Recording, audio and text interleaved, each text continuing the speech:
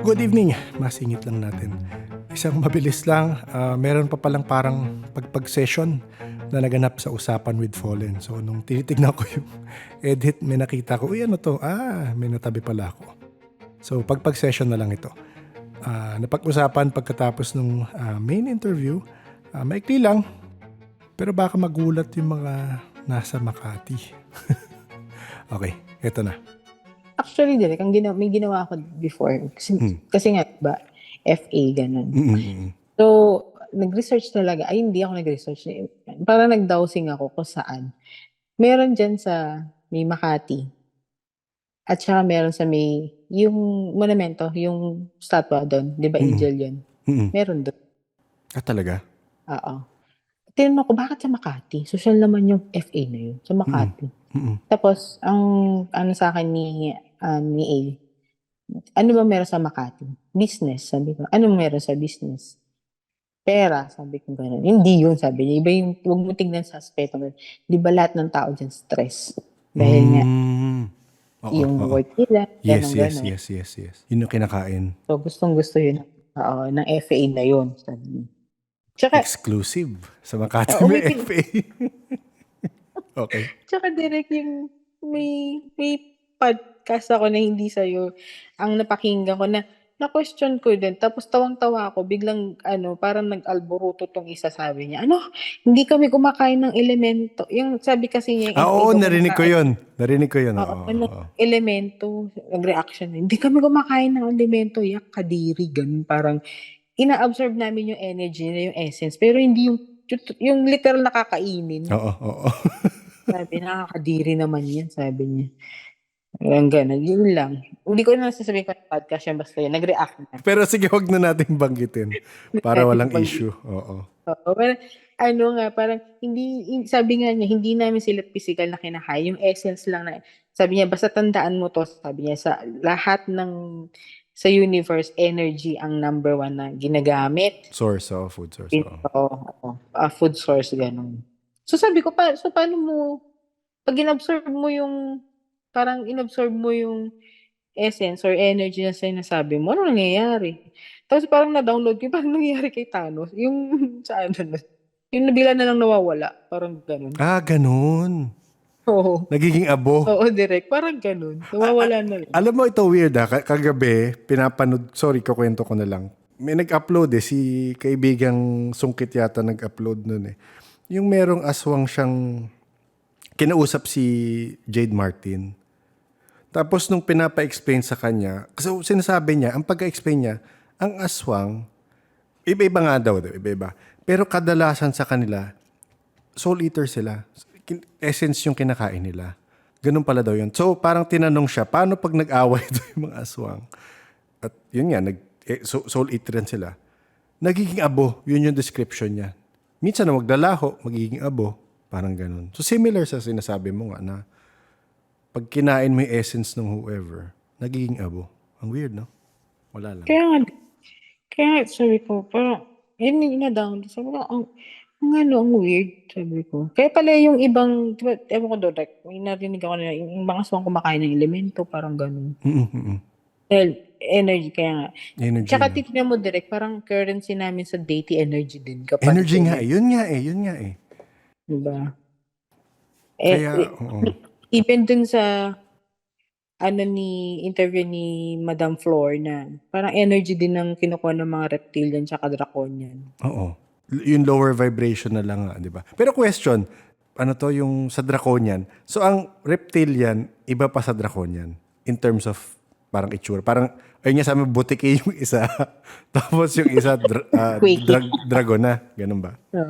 Yung iba yung, direct, di ba, kasi reptilian parang ang reptilian under ng draconian. Parang gano'n. Parang reptile. Pero direct, iba yung nakita ko. Dun yung una ko nakita direct, yung parang may hasang. Yung parang yung sa may leeg. Okay. Parang gano'n sa reptilian. Parang meron siyang hasang malaki o parang meron siyang protection dun sa may leeg.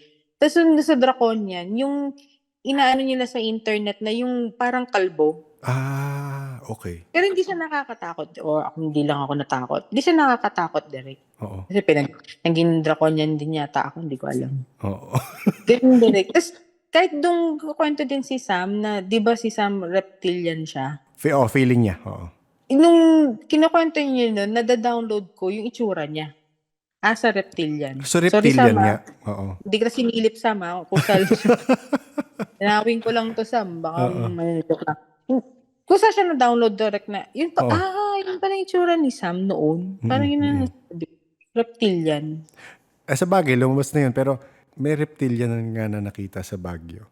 Yung pagka-describe mo nga, na gano'n, yung parang kalbo nga, pero mukhang reptile. Galing. Meron sa Baguio. Balak ko pa man din sa Baguio. Sa Session Road daw. Pero ganun, literal sa di ko lang kung ikaw kanina nag-describe nun si Lucas na parang habang tinitignan mo yung tao, nakikita mo nagsishift. Totoo Nagpapalit. yung direct. Parang, minsan, sorry, hindi kita nasisilip, pero yung sinabi mo sa amin noon na itsura mo, yun yung nakikita ko sa'yo ngayon. Nagpilit kong tinatanggal, pero yun yung bumabalik. Ano yung mukhang palaka, gano'n? Ganun, direct. Parang blob. Parang, Blob, parang. grabe naman. Nakakaano sa chan ko. Naisip ko tuloy yung chan kong blob. Sige, okay Parang, lang. si Lucas din, pag iba yung tingin, nung, iba yung nakikita ko sa kanyang tsura niya, ganun. Tapos, sino pa ba? Si Spiritum, nakita ko din yung, sabi ko na rin, sorry, Spiritum, na-mention kita. Nasabi ko na rin sa Starship dyan, tapos nakita ko yung tsura niya. Iba yung nakikita, ganun direct, na iba yung nakikita. Parang yung, Nag-iiba-iba. direct, okay, sabihin ko na, charot na, hindi mang grand revelation direct. Si Leonora Rivera. Sabi mo nga, ito may magandang kwento ka dyan. Yun, yung reincarnation niya, hindi siya yung nakikita kong yung present niya. Ang nakikita ko yung Leonora Rivera. Leona Rivera talaga. Oo. Oo. Si Maria Clara. Bumalik na siya, parang ganun. Direct. Yun yung, nakita ko din na, nag-meet na sila nila ni Jose Rizal. Jose Rizal, oo. Jose Rizal. Kaso lang namatay si Jose Rizal ulit. Talaga? Hindi sila nagkasama? Oo. So, wait, ano yun? So ano sila? Soulmate sila? Yes, direct. Talaga? Kasi si MC, direct, yung origin niya parang si JP. Okay. Angelic. Oo. May na-meet din akong ganyan direct sa Bataan. Sabi ko, ano ba naman? Ba't na-meet ko itong mga to? Na ano? Na angelic ang origin? Oo. Sa demonyo ako eh. Joke lang. Magkakaibig. Wala nga naman partition, Joke diba? lang. Joke lang. Pero direct yung sa, yun ay pasok na rin. Yung sa Bataan direct, ang nakakatawa doon, yung resort na yun, siya yung may-ari. And then, nung una kong pasok daw, hindi ko alam na ano din siya sa spiritual, in tune siya. Okay. Iba daw yung nararamdaman niya sa akin. Nang init rin. Hindi din. Parang, sabi niya, parang gusto ko siyang kausapin na hindi ko alam. Tapos nakikita niya habang naglalakad ako doon sa resort. Sinusundan talaga niya ako ng tingin. So, hindi siya nakatiis nung gabi na yun. Lumapit siya sa akin. To the point na pagkwentuhan na namin, bakit siya ganito, ganyan. Tapos, sumasakit yung ulo kasi ang daming download. Tapos sinabi ko sa kanya, ayun na, umiyak. Tapos sabi ko, ma'am, gusto ko ma'am pong extend tong pag-uusap natin kasi lang babiyahe pa po kami ng alas 3 na madaling. Tapos yung direct, mag-ano na kami ngayon, magka-chat parati, ganun. Tapos kahit paano natuturuan ko paano i-protectionan yung sarili niya, ganun. So, hindi siya aware sa, sa practice niya, hindi niya rin nagagawa yung mga May yung dapat. direct eh. Kumbaga, nasa early 50s na kasi siya. Okay. So, ganun din nangyari direct. Ang dami niyang nilalapitan to find answers sa mga nangyayari sa kanya. Oo. Na lapitin siya naman ng, ganito na lang, lapitin lang siya ng bad na mangko. Okay. Pati siyang nalalapitan ng bad na mangko. Kaya, ganun yung, sabi ko, ngayon po alam niyo na bakit kayo nilalapitan ng mga bad na mangko. Kasi nga yung essence niya, iba din direct. Kumbaga gusto nila yun eh. Alam mo, isang past guest natin, sabi niya minsan, inaasar nga namin aswang siya eh. Sabi niya minsan, di ko alam kung na-experience ito. Sabi niya, meron siya minsan na meet. Minsan kunyari sasama siya sa call, tapos sabihin niya, minsan sabihin niya sa GC namin, sabihin niya, ano siya eh, mabango yung dugo niya. Iba yung dugo niya. Yun ang sabi niya. So hindi ko alam if parang ganun minsan yung attraction for other people. Parang mabango daw yung dugo. So, or mabango yung, basta parang mabango yung essence o mabango yung dugo. Ako naman direct, parang na-download ko dun sa Batan na dahil napitin siya kasi iba yung energy Niya, nila. no? O, nila. Parang purong-puro. Oo. Yung energy nila kasi direct, parang since yung origin nila dun, di ba? Mm-mm. Purong-puro. Parang gusto nila makuha yun. Parang madami silang, parang download lang naman. Marami silang magagawa dun sa kind of energy nila. Magagamit dun sa energy, oo. So thank you, Fallen. Salamat talaga. Nako, nakakahiya, lumagpas tayo. Pero thank you na na-share mo ulit yan. Kasi yun nga, I'm sure marami na naman mabubuksan isip. Parang, kumbaga, yung episodes mo nga, iba-ibang level. Parang iba-ibang level mo dun eh. Oh, ito, mas mundane pa. Ito, medyo nabubuksan na ngayon. Parang, Diyos ko Lord, ewan ko ba.